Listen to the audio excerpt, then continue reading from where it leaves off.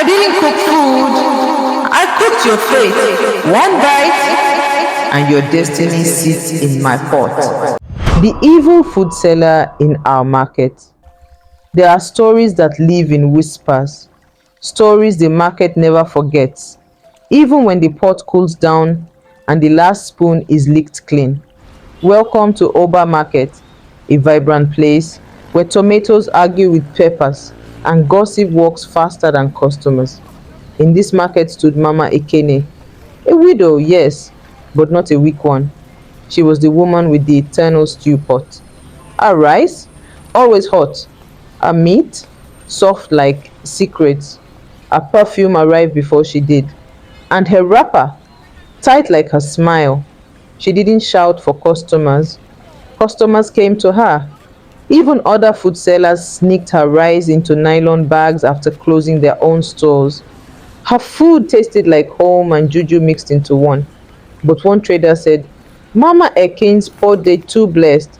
She know they buy new meat, yet she dey sell full cow head every market day. The stew never finished. Her fire never went out. Even her apron looked untouched by pepper stains. Children begged for free meat. Okada men abandoned riders to eat. And the gossip? Oh, it was loud. But the hunger? Louder. Until people started falling sick. First was Onyoma, the tomato seller. She had just finished one full plate of Mama Ekene's rice and was dancing azonto behind a stall. Then she collapsed. No warning. Her eyes rolled, her mouth foamed. When she woke up, she had forgotten her husband's name. They said it was heat stroke. Then Ife, the market carpenter, began hammering nails into wood that wasn't there.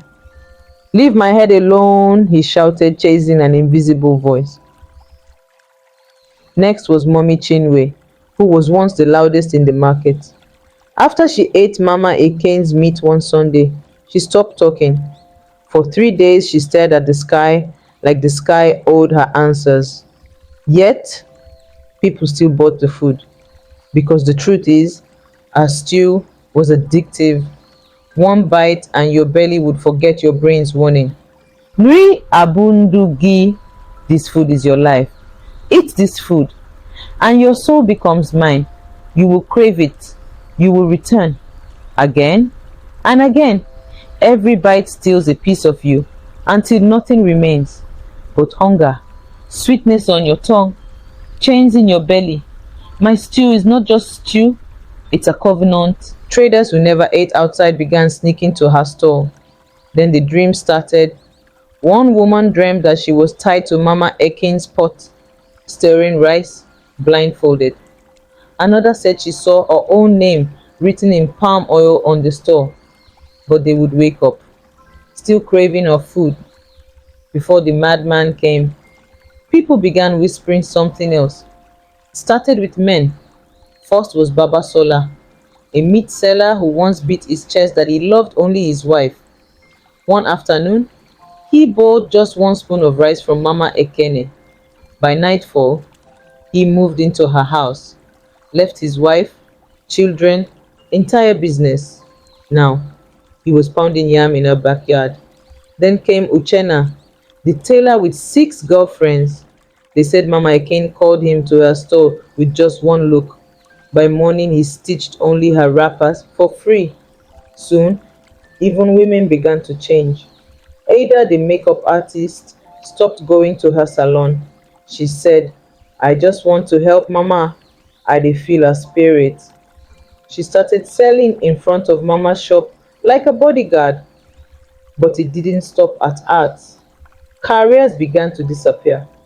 Chinyere, the plantain seller, lost all her customers. Kemi, the corn roaster's fire wouldn't light. Odogwu, the yam man, said his tubers were turning to dust overnight. They said Mama Ekene was collecting destinies, not by force but with her food. They said she had something hidden in her kitchen.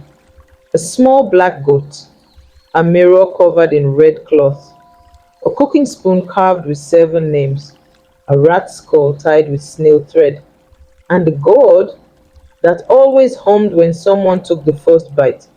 One woman said she saw Mama Ekene in the market at 3 a.m., but she had no shadow. Another swore she saw a stew bubbling, even though the fire was off. And then, the biggest rumor of all, Mama Ekene no dey use ordinary pepper. She dey grind people's secrets inside that mortar. One afternoon, market hot, flies confused, everybody sweating. A madman wandered in. Not just any madman. This one had silver paint on his forehead, wore mismatched sandals, and carried a walking stick with feathers tied to it. He sniffed the air, paused near Mama Akin's stall, and burst into laughter. Ah, Mama of the night, how many souls today? People froze. This rice don't carry tears. Oh, he shouted, pointing at the pot. Then he did the unthinkable. He spat into her stew. Thick, green, disgusting. People screamed. Mama Eken stared. For the first time, her hands shook. Her laughter didn't come. She packed her pot and left immediately. No goodbye, no come tomorrow. That night the wind howled. Roosters crowed at midnight. Someone said they saw Mama Ekin's shadow moving without a body. By morning, the pregnant woman who ate from her last began bleeding. The baby didn't cry. The meat she swallowed came out still raw. That was the final straw. The market women knew this was not hunger matter anymore. Something dark was cooking in that pot. They say the eye that sees evil must not blink. So Mama Ijoma, the market elder, called a meeting. She gathered 7 women, strong, bold, suspicious. If she's truly innocent, let us visit her as friends. If she's guilty, the ground will speak. So they followed Mama Eken after market closed, quiet like spirits, far from the shouting roads into a small bushy corner. Her house, the gate was tall. Her compound was too neat, too quiet. They knocked. She opened, surprised. Ah, visitors. Amen. Make una come inside now. Her smile was back, her wrapper clean. But the air, it smelled wrong, like onions mixed with something long dead. They entered. Her living room was spotless, but no cooking pots, no firewood, no rice smell, just silence and a low hum from the backyard. Nkechi, the pepper seller, excused herself, pretending to look for water. She walked around the house and saw it. A small shed, locked, covered in white chalk symbols, chicken feathers, broken eggs. She peeped through a crack. Inside were calabashes, bones, black candles, and a scroll.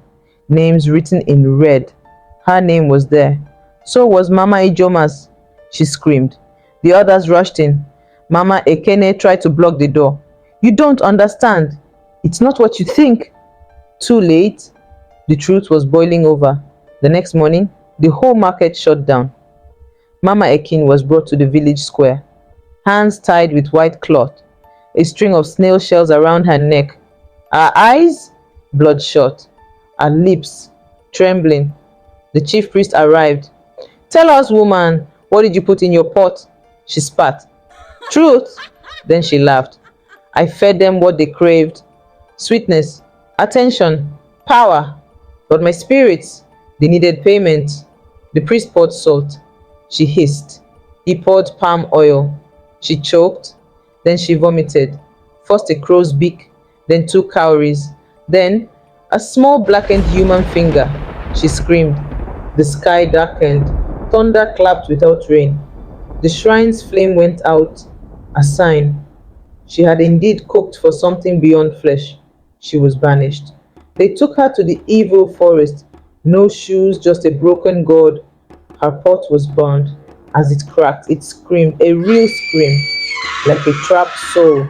They say her voice still calls from that forest when market is too quiet. Final narration. The pot of evil may boil slowly, but when it spills, it stains generations. Be careful whose food you eat.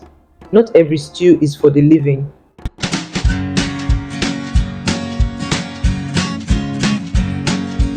Pope takes a poop and the president